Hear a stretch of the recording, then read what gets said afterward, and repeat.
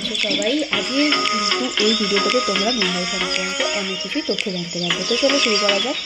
তো প্রথমে রেডি হয়ে চলে গিয়েছি মার্কেটে। প্রথমে গিয়ে রেস্টুরেন্টে চলে যাবো কিছু খাওয়ার জন্য। আর এখানে জানো বন্ধুরা, মানে তুমি অর্ডার দেওয়ার সময় অবধি তারা মানে রেডি করা অবধি তো বসে থাকতে হয়। তো এখানে তাই জন্য এরকম নুডলস দিয়ে দেয়, মানে এটাকে টাইম পাসও নাকি বলা হয়। তো সেটা খেয়ে নিয়ে তারপর চলে এসেছিলো একটা চাউমিন খেয়ে চলে গেছি কেক। তো 1 জানুয়ারি কেক তো খেতে হবে।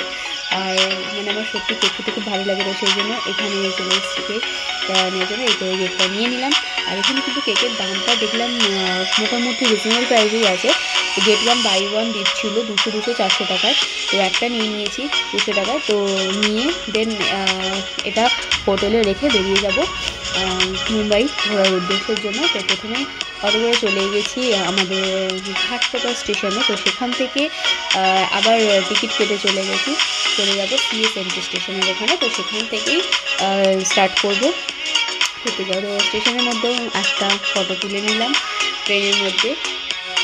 তারপর ট্রেন থেকে নেমে স্টেশনের বাইরে বেরিয়ে একটা ফটো তুলে নিয়েছি। তারপরে দেখো এখানে বেরোনোর পরেই এখানে স্টেশনের সামনেই এই দাঁড়িয়েছিল, যে সেখানে বলছিল মুম্বাইতে বাসে করে ঘোরার জন্য। তো আগে আমি ভিডিওতে ইউটিউবে দেখেছি যে 250 টাকায় নাকি মুম্বাই দর্শন।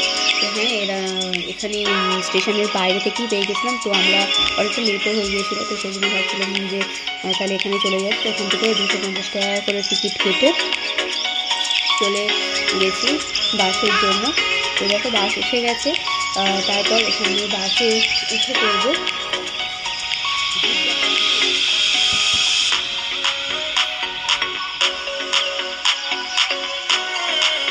দেখো তারপর যেতে যেতে এখানে বিভিন্ন রকম গাইড কিন্তু করে দিচ্ছিলেন ওনারা। ওই যিনি গাইড ছিলেন তার জন্য কিন্তু পার পার্সনের থেকে 40 টাকা করে নেওয়া হচ্ছিলো। কারণ তারা কিন্তু সত্যিই খুব সুন্দর গাইড করেছেন। মানে পুরো রাস্তায় যেতে যেতে কোথায় কী পড়ছে বা কোথায় কী হয়েছে বা কোনটা কী সবই বলে দিচ্ছিলেন। আর এটা ছিল হচ্ছে পুরো ঘোরার লিস্টটা। এখানে কিন্তু যেগুলো স্টার দেওয়া আছে ওখানে কিন্তু ওনারা নিয়ে যাবেন না, যেগুলো স্টার দেওয়া নেই সেগুলোই ওনারা নিয়ে যাবে। তো চলে এসেছি প্রথমেই বোর্ডে করে ঘোরার জন্য। এখান থেকে নাকি মাছ ট্রান্সফার হয় আর মাছ উত্তোলনও হয়।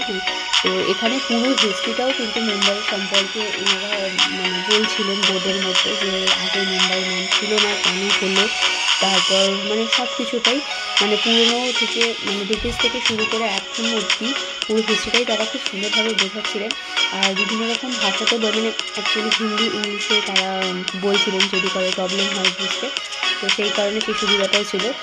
তারপরে এই বোর্ডের মধ্যে সুন্দর দৃশ্য দেখতে পাবে, মানে এখান বোর্ড থেকে না শহরটাকে দেখতে খুব সুন্দর লাগছিল। দেন এখান থেকে বেরিয়ে গেছি, গিয়ে চলেছি আবার বাসাতে। তারপর এখানে ছিল গেট অফ ইন্ডিয়ার কাছে ঘুরে আবার বাসে উঠে দেন বিভিন্ন রকম জায়গা দেখার নিয়ে যাচ্ছিলো। ওটা ছিল কিন্তু বাস স্ট্যান্ড।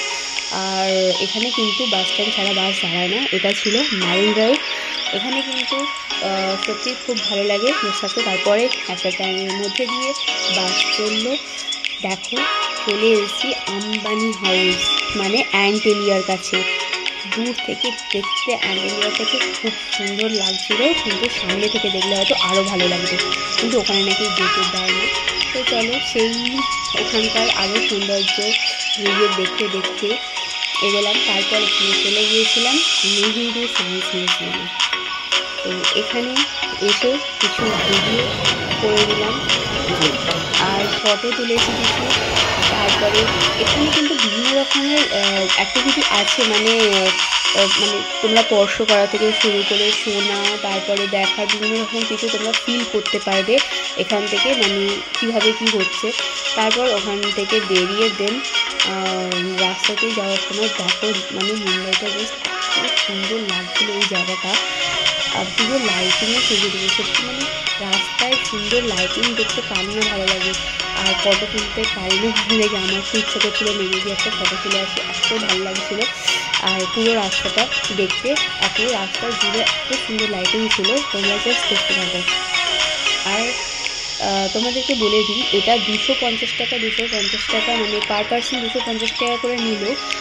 এখানে যে বোর্ডে যে আমি গেছিলাম সেখানে আর না নেহেরু মিউজিয়াম 3D শো এগুলোর জন্য কিন্তু তারা একটা চার্জ নিয়ে থাকে, মানে ওই 550 টাকা মতো নেবে। বোটের জন্য মনে হয় 120 টাকা আর 3D এরকম করে কিছু নিয়েছিলেন। তো আমাদের টোটাল পড়েছিল 750 থেকে 800 টাকা। তার মধ্যে ওনারা তাহলে সব টিকিট কেটে এগুলো সব ঘুরিয়ে দেবেন। তারপরেই এই রাস্তায় যেতে যেতে আরও লাইটিং দেখতে পেলাম। তো এই সাইডটা মানে ব্যান্ড্রার দিকটা অসম্ভব সুন্দর সাজিয়েছিল। আর এখানেই নাকি সব বড় বড় সেলিব্রিটিদের হাউস, মানে সালমান খান, শাহরুখ খান, রেখাজি সকলে। তো এইটাই দেখতে চলে এসেছি মান্নাতের সামনে। তো এখানে আমাদের বাসটা দাঁড়ায়নি, একটুখানি ঘুরিয়ে তো তারপর বাসটা থামিয়েছে। কিন্তু তারপরে থামাতেই প্রথমেই চলে গেছি মান্নাতের সামনে ফটো তোলার জন্য আর মান্নাতকে আরও ভালোভাবে দেখার জন্য। তো চলে এসেছি মান্নাতের সামনে। তো সেখানে এসে প্রথমে ভীষণ এক্সাইটেড ছিলাম। আর দেখো এখানে কিন্তু সত্যি সবসময়তেই ভিড় থাকে, আগে ভিডিওতে অনেক জায়গায় দেখেছি। তারপর এখানে ফটো তুলে নিয়েছি বান্ধবীদের সামনে, মানে শাহরুখ খানের একদম বাড়ির সামনে কিন্তু বান্ধবী। তো সেখানেই ফটো তুলে, আর এটা কিন্তু মর্নিংয়ের পিক ছিল নেহেরু মিউজিয়ামের সামনে, জাস্ট অসম লাগছে। আর এটা ছিল মান্নাতের সামনে। তো দেন আবার উঠে পড়েছি বাসে যাওয়ার সময় এখানে দেখাচ্ছিল সালমান খানের হাউস। এখানেও নাকি সামনে যেতে দেওয়া হচ্ছে না, কারণ ওনারা বলছিলেন যে সালমান খানকে নাকি কিছু হুমকি দেওয়া হয়েছে, তো সেই কারণে ওনার বাড়ির সামনে যেতে দেওয়া হচ্ছে না। তো যাই হোক সেখান থেকে আবার মানে মোটামুটি দেখে, আর ওইখানটা কিন্তু পুরোটা নাকি খ্রিস্টান, মানে বেশি ওখানে খ্রিস্টানরা থাকেন। তো ওখানটা এরকমভাবে মানে ক্রিসমাস এই অনুযায়ী, যেহেতু রিসেন্ট ক্রিসমাস গেছে, তো এইভাবে খুব সুন্দরভাবে সাজিয়েছিল, দেখতে খুব অসম্ভব সুন্দর লাগছিল। তারপরে এই ব্রিজ প্রতিষ্ঠা করে আমাদেরকে বলা হলো যে নিয়ে যাওয়া হবে মহালক্ষ্মী টেম্পল আর দ্বারকা। তো ওখানে বাসে কিন্তু এখানে কিন্তু একটা করে টাইম দিয়ে দেওয়া হয় যে এই টাইমের মধ্যে ঘুরে আবার মানে ওখানে আসতে হবে, তারপর ওখানে আবার বাস এসে পিক আপ করবে। তো সেই টাইমের মধ্যেই সবাইকে চলে আসতে হয়। তো সেখান থেকে নেমে দেখো এটা কিন্তু হচ্ছে অ্যান্টোলিয়া, বাট ফটো তোলার সময় ওরকম ছিল আমার। তো তারপরে এখান থেকে পৌঁছে গেলাম মহালক্ষ্মী টেম্পল ওখানে। তারপরে যেহেতু আমি মায়ের কাছে এসে পুজো দিতে হবে, তো সেই জন্য ওখান থেকে নেমে তারপর একটা ফুল নিয়ে নিয়ে তারপরে দেখো এখানে এত লাইন পড়েছিল। এখানে কিন্তু পুজো দিতে আমার অনেকটা টাইম লেগে গেছে, 40 মিনিট মতো সময় দিয়েছিল, আর আমার আধা ঘন্টা এখানেই লেগে গেছে। তাই আমি আর ওখানে যেতে পারিনি, ওখান থেকে ঘুরে করলাম বাসেতে। আর এইভাবে শেষ হলো আজকের মুম্বাই দর্শন। তো খুব ভালো লাগলো, দেখা হবে নেক্সট ব্লগে, বাই।